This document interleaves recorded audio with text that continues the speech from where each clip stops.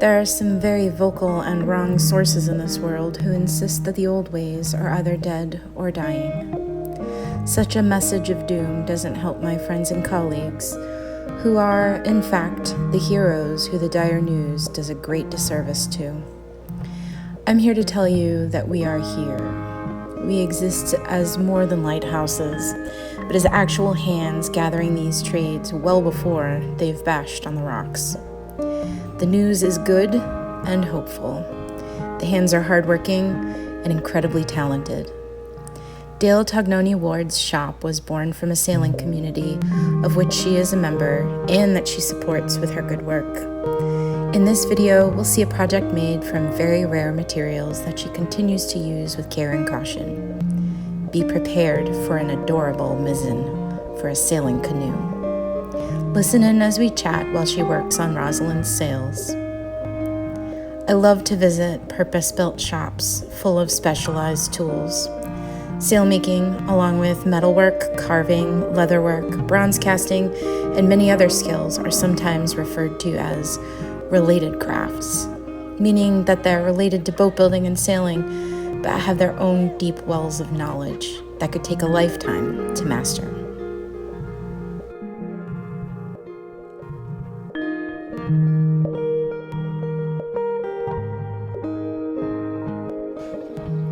So I don't know how much we told you when it came, or when you came before. So we built the shop in 2011, and we built it with a loan from our neighbor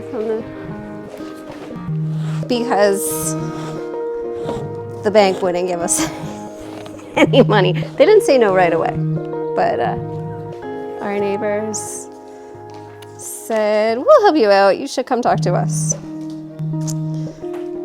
So Tom did it. Mostly Tom, because our kids were little, like 2 and 4.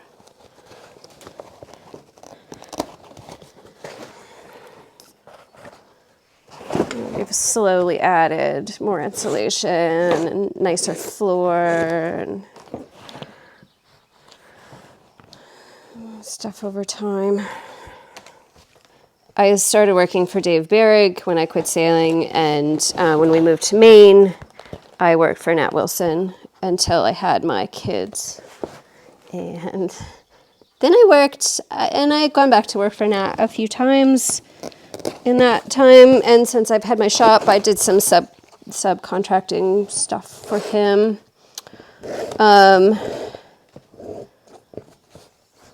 But I wasn't making sales out of my house, no. I don't know how people do it. Tom was doing rigging in our basement, our Fieldstone farmhouse basement. And then, at various boat yards around prior to the shop.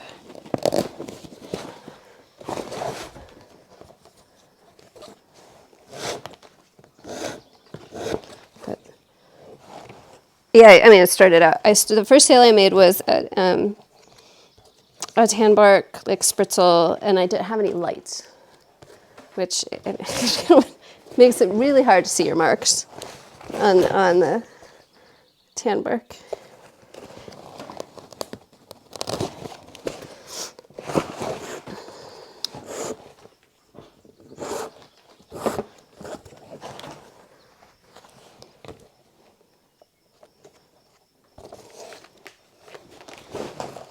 But that same sailing community, showed up. Like Tom would build the walls, and then people would show up and put up the walls, and then, put up the next walls, and then, someone else would come out and help him do the floor, and then, we'd have a party and put up the upstairs walls, and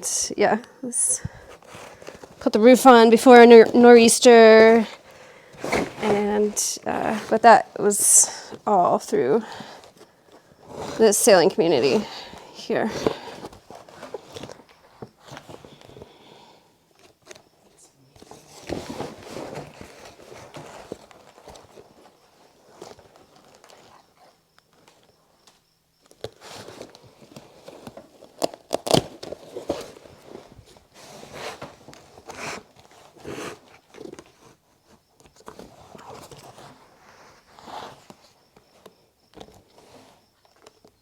think one thing that sailing teaches you is to be resourceful. And like one of the skills, and resourceful, but also like trusting, you learn to trust yourself. Well, like, I might as well just try this. There's a lot of people who can't take that first step. I tell people that story, because of like the money aspect of it. Nobody wants to talk about money. We're not supposed to talk about money. But how are you supposed to learn if you didn't learn from your family?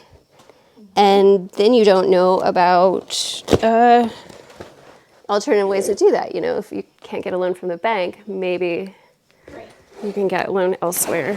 Right. So it's a bale. It was a bale in its original package of cotton sailcloth, and that company was last in business in the 50s. It's lightweight cotton sailcloth, and that it was wrapped in burlap, and then somebody at one point had put like wire strap or metal strapping around it. So that's where the use no hooks comes from.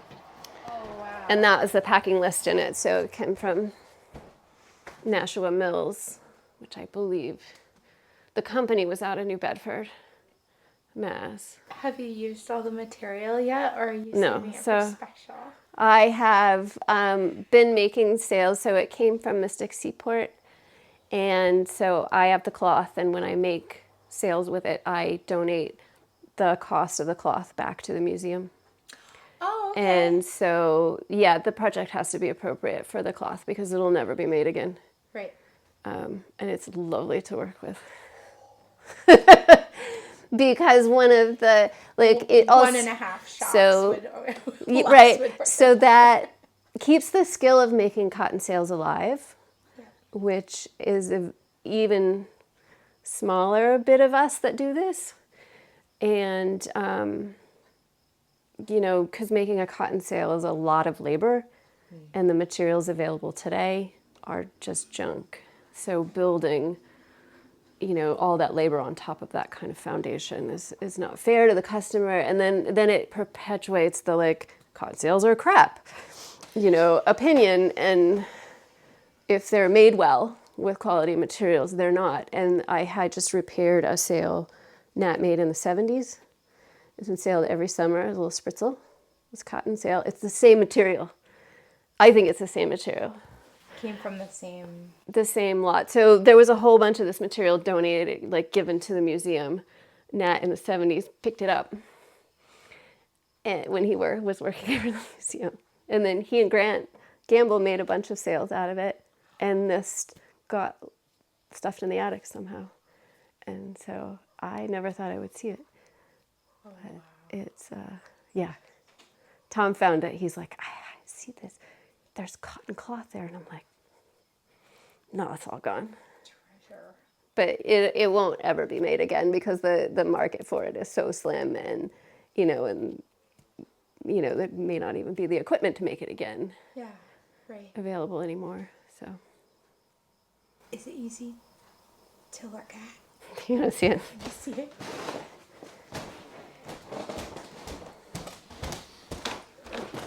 Only if it's easy. There is, in order to make all this stuff fit in this space, it gets,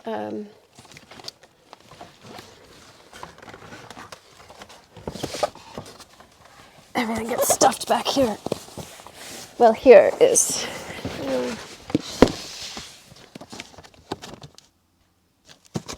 that's right, that's the tan book.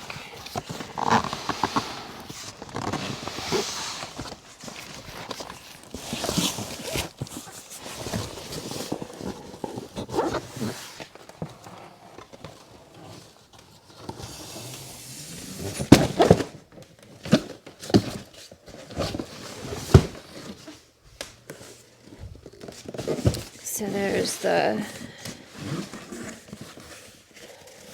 there's this is for small boats, Oh, that doesn't feel like anything I've ever... It's like... Is it treated? Is it treated somehow? I'm sure it's treated with something you don't want to touch.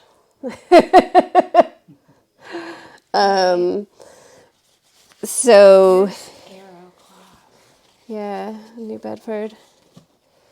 So when I make sales for people out of this, that's very much part of the discussion. Do you care that this possibly is treated with something that we are not allowed to use anymore because this company was last in business in the 50s?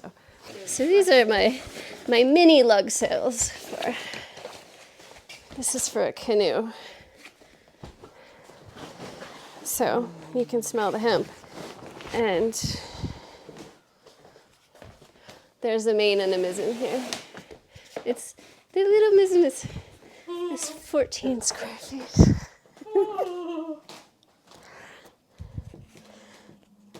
So we've been getting hemp from Hardanger Marine, which is a museum in Norway. Yeah. It's beautiful stuff. Amazing. Yeah. It's great stuff. They have a great Instagram account. Sometime I'd love to go over there. I would love to go. But that's a treat to work with. I never thought I would. So there's a group that's the rigs Tom's making for the item sales.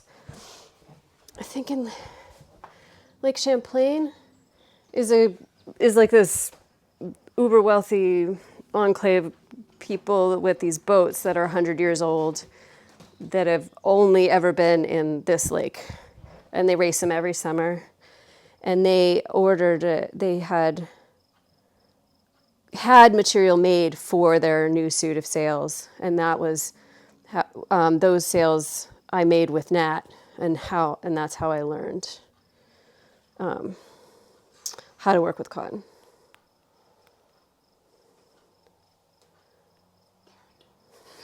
Are they cute? Yeah, it's like big and wee. But even the up and down panels, there's so much about the construction and I know it's because it's small a little bit, but it's also just seeing the panels and this arrangement and some of those are false seams, so that stabilizes the sail. Oh, I see. So you put 2 false seams or 1, depending on what it is. But some of this material it's already marked for false seams, which I think is super cool. Some people are like, I don't want that brown thing. No way. So basically it's folded over is what a false seam is. Or it's called a lap seam. Mm-hmm. And so you'll use this one and this one, or only this one. So if I'd used this material for that, you would see a brown stripe the 2 brown stripes once in a while. Now that's what I'm looking out for on certain, if I go like, is that made out of cotton from like a real, because like it would be marked, right? Maybe. I mean, that's what I was looking at when that sail I said from the 70s that Nat made had this. Yep. And it hadn't faded, which surprised me. I would have thought this was designed to fade out, but that's why I think it's the same cloth. Gotcha. But if it's cared for, it'll last a long, long time. Mm-hmm. So that means drying in between rainstorms or taking them off and bringing them inside between uses of the boat, cleaning them every year. It would just rinse them. Never put things like this in the washing machine. Right. But rinsing them and letting them completely dry before they get put away for the year. And you would want them on a boat that you sail frequently. You wouldn't want to bend them on and like leave them tied up for a long time, but